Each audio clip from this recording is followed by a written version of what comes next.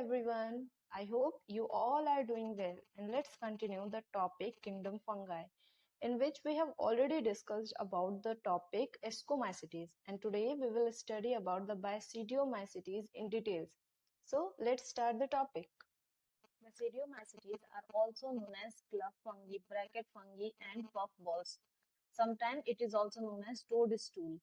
Club fungi से क्यों कहते हैं पफ बॉल्स ब्रैकेट फंगी, क्योंकि इसका जो स्ट्रक्चर होता है वो एक अम्ब्रेला लाइक स्ट्रक्चर होता है. ठीक है. बेसिडियोमाइसीटीज जो है वो किंगडम फंगी का सबसे ज्यादा एडवांस क्लास है. इसका जो हैबिटेट है वो है सॉइल, ट्री का स्टम्प. ठीक है. और ट्री के ट्रंक्स पर रहता है, ब्रांचेस पर रहता है. लॉग्स का मतलब यही है, ट्रंक एंड ब्रांचेस. ट्री के स्टम्प पर रहते हैं. ठीक है. इनका जो मोड ऑफ न्यूट्रिशन है वो है डिकम्पोजिंग. ठीक है. ये सबसे ज्यादा ये they are the best decomposers. Okay.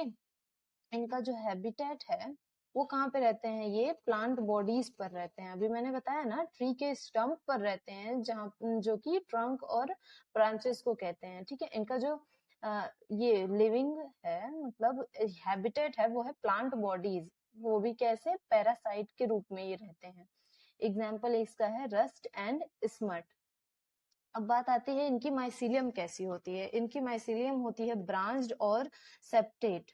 सब लोग ये अगर ये डायग्राम याद रखेंगे तो हमेशा अगर का कोई पूछेगा, जैसे किसी एग्जाम में अगर किसी ने पूछ लिया कि बेसिडियोमाइसीटीज का हमारा माइसीलियम कैसा होता है, तो क्या बोलेंगे, ब्रांच्ड होता है. ब्रांच्ड और सेप्टेट डिविजन्स होती हैं इसमें.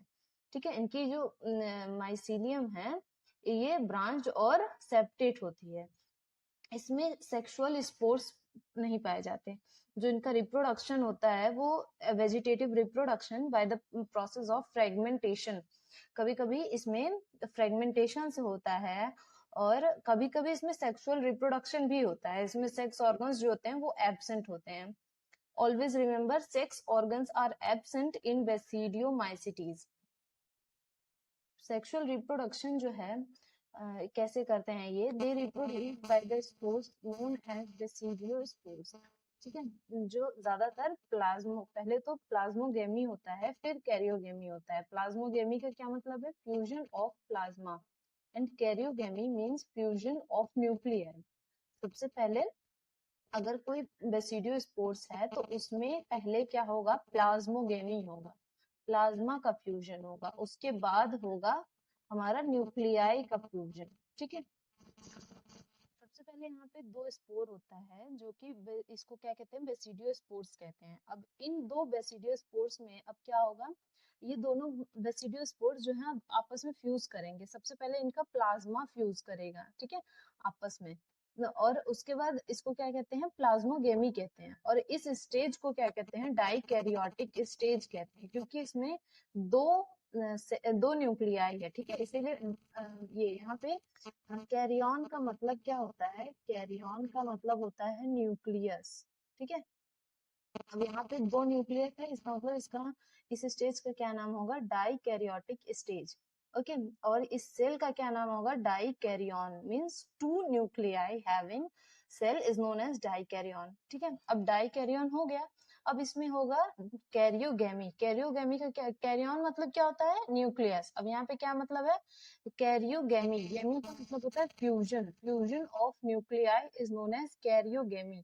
अब यहाँ पे 2n ये हो गया है. ठीक है. ये यहाँ पे इसका यहाँ पे मतलब लिखा है, fusion of nuclei is known as karyogamy. Okay. अब यहाँ पे इस ये डाइकैरियन हो गया. अब ये डिप्लॉयड सेल है. ठीक है. अब यहाँ पे ये मियोसिस यहाँ पे वर्क करेगा. ठीक है. अब यहाँ पे मियोसिस के बाद यहाँ पे डिवीजन हुआ है, जो कि 4 हैप्लॉइड न्यूक्लियस का फॉर्मेशन हुआ है, जिसको हम कहते हैं बेसिडियम. ठीक है.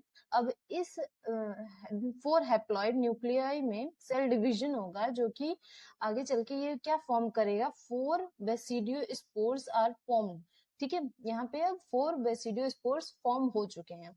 These basidiospores are produced exogenously on basidium. These basidia are arranged in a fruiting bodies known as basidiocarps. ठीक है.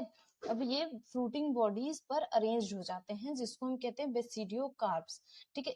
इसका एग्जाम्पल है agaricus, ustilago and puccinia. Thank you.